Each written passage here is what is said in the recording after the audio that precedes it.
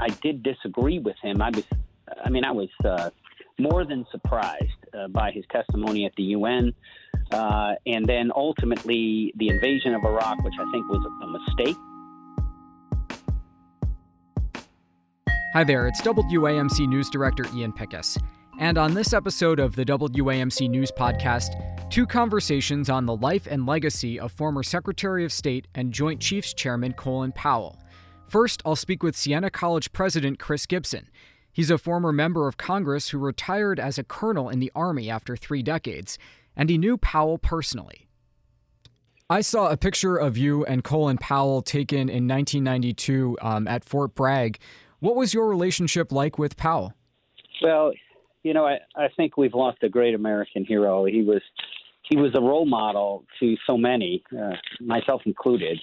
That photo that you're talking about, that was, the former Yugoslavia was eventually going to fall apart, but it was really inclining towards chaos. And so we were the ready force for the 82nd Airborne Division in the country. And so General Powell wanted to get a firsthand look at how readiness was. And so he came to Fort Bragg. And my unit, I was commanding the Bravo Company of the 3rd Battalion, 504th Parachute Infantry. And we were on heightened alert status for this.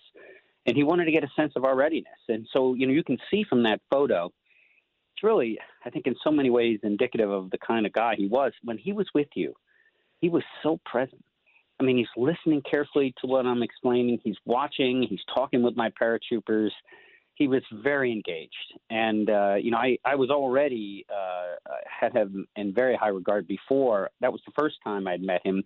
I was with him on several occasions in the years subsequent to that. But, I just came away very impressed at his leadership from that day.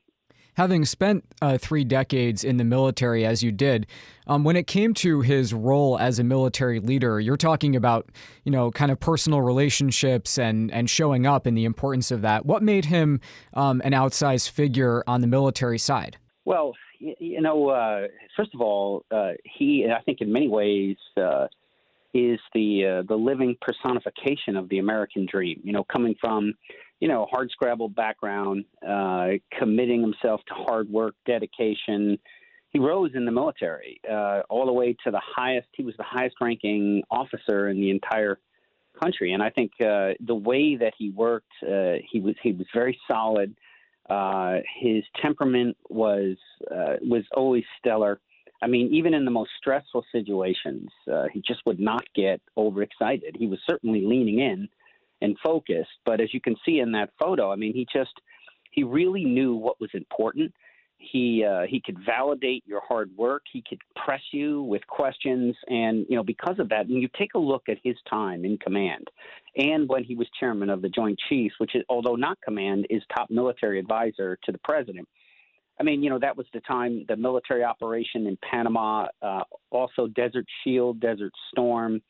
And so it's a very steady leadership. He studies situations very carefully. He's very circumspect on the use of force. He was criticized by some, including Secretary of State Albright, for that. But he always wanted military force to be the last resort. He really believed in diplomacy and in positioning America so that we could get peaceful outcomes. But if it came to it, he wanted to use overwhelming force if deterrence or diplomacy was not successful. He wanted to make sure that the outcome came out for the United States in a way that would minimize the risk and exposure and casualties of American soldiers. And because of that, he was endeared by the soldiers, the paratroopers, certainly in my company. In many of his positions, he was the first Black person to reach those heights all throughout his career. How much did people on the ground notice that sort of thing? Well, look, frankly, I mean, there was always just a little bit of criticism and sort of backstory on that. But I have to tell you, it was very minimal. When anybody met General Powell in person, you could see just how incredible, how talented he was. And he was really one not to get dislocated by any kind of criticism. He just had a way of dealing with matters. And, he had he had a really good sense of humor. Shortly after that photo was taken, I was walking General Powell through. We were doing a live fire exercise. As I mentioned, it was around a tense time, and we had to make sure that we were utterly ready.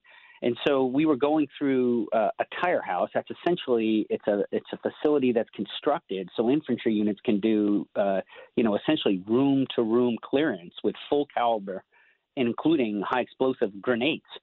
So we're going through, and I've got my lead squad going through, and then I'm the next as I'm talking him through. He's right behind me, and it only rained probably like 4 hours earlier.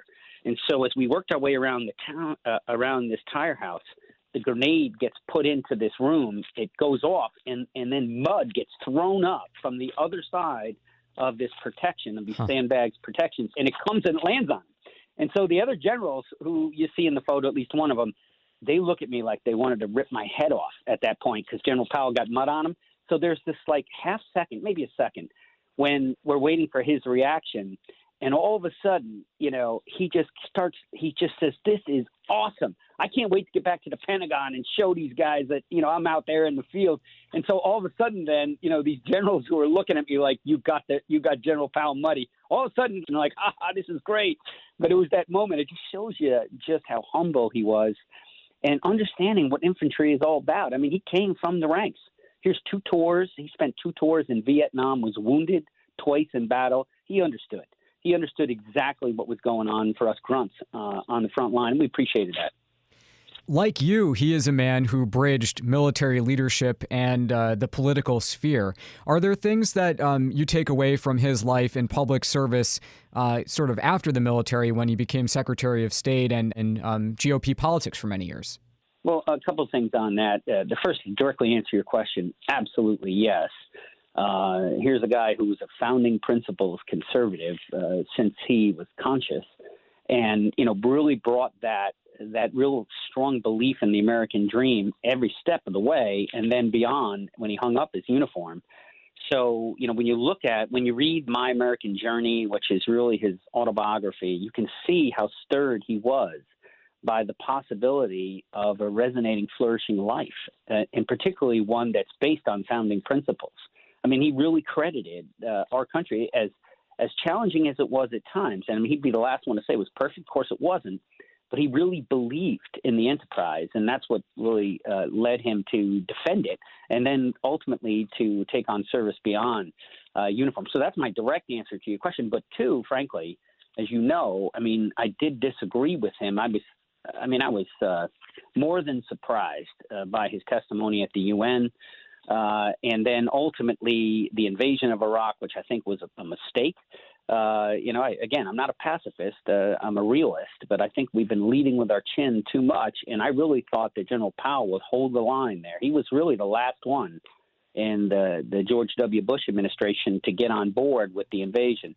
So, as he said himself, I mean, that's going to be a blot on his record. I mean, he said it himself. So I think he came to regret that, and it was unfortunate. So, my views here are very strong in support of his legacy and everything, the way he lived his life. But there was that major disagreement that I had with him. Lastly, he had moved away from Republican politics in the last few years. He's endorsed Democratic candidates for president in the last several cycles.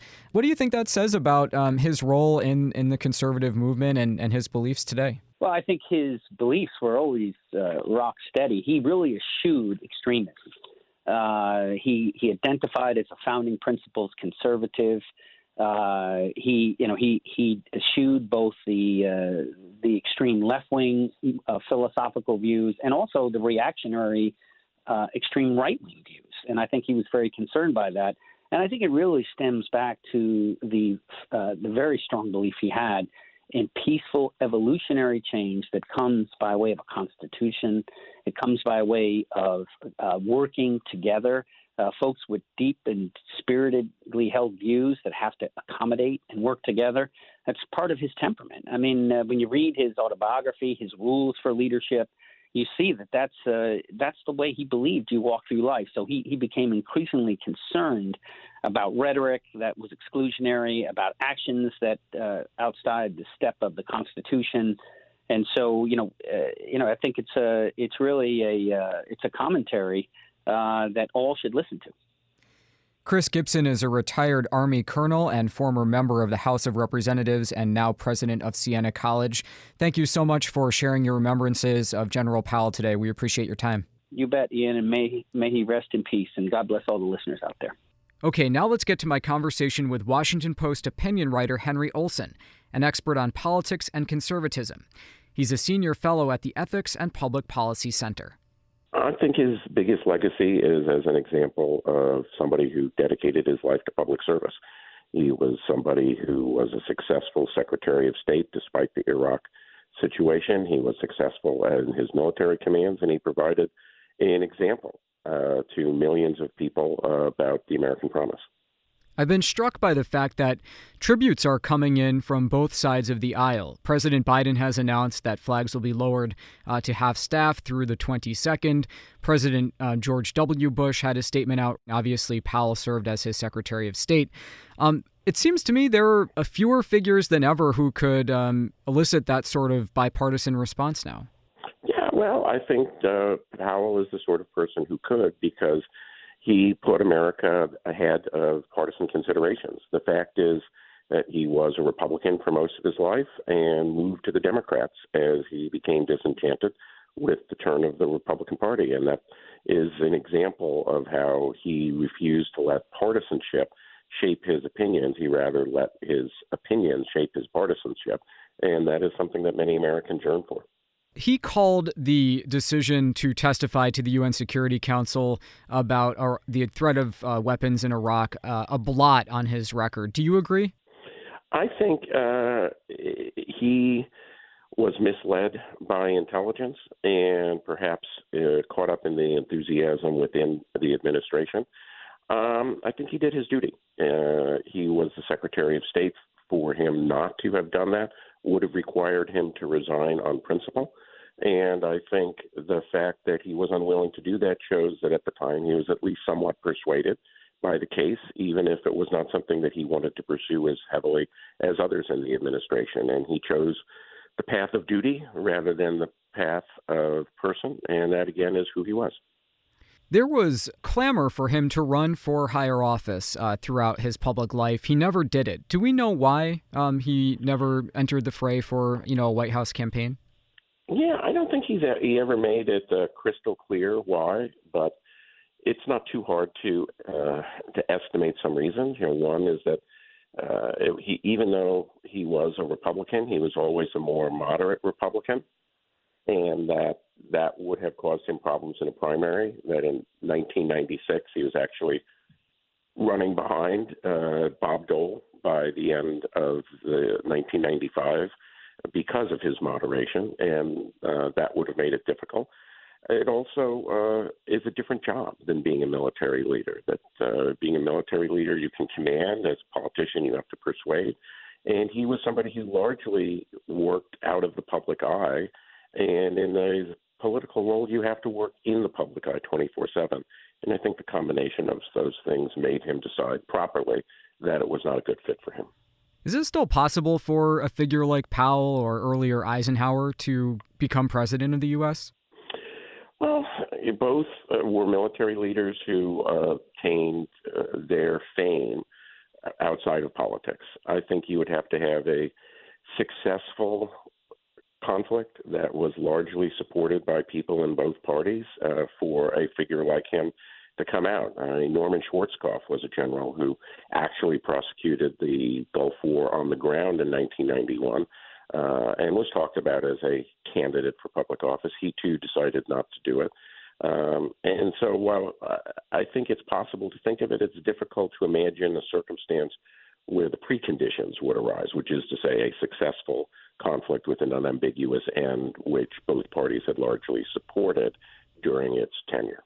Later in life, as you mentioned, Powell ended up endorsing people like Barack Obama and then Joe Biden for president. What does his exodus from the Republican Party tell us about where the party is?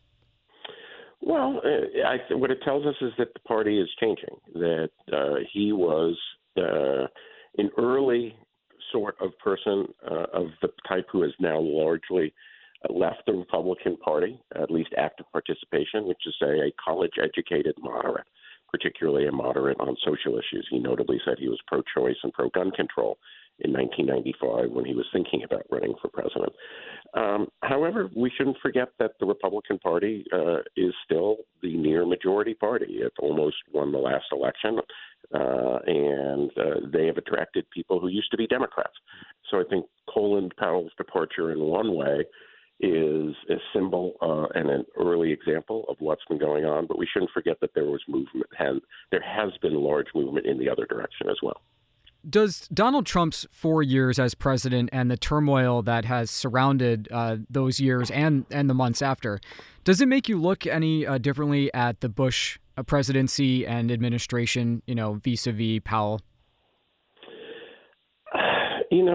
I think a lot of the things that has happened in the last decade are in part due to the failure of the Bush administration. Iraq was a failed war. We basically fought to a draw.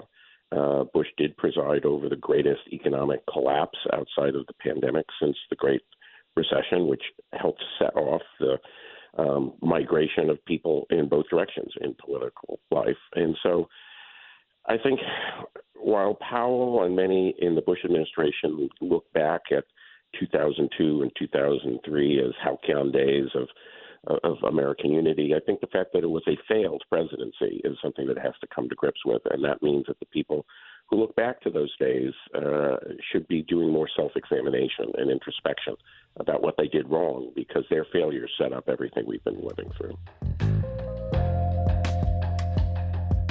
All right, that does it for this episode of the WAMC News Podcast. Thanks so much for listening.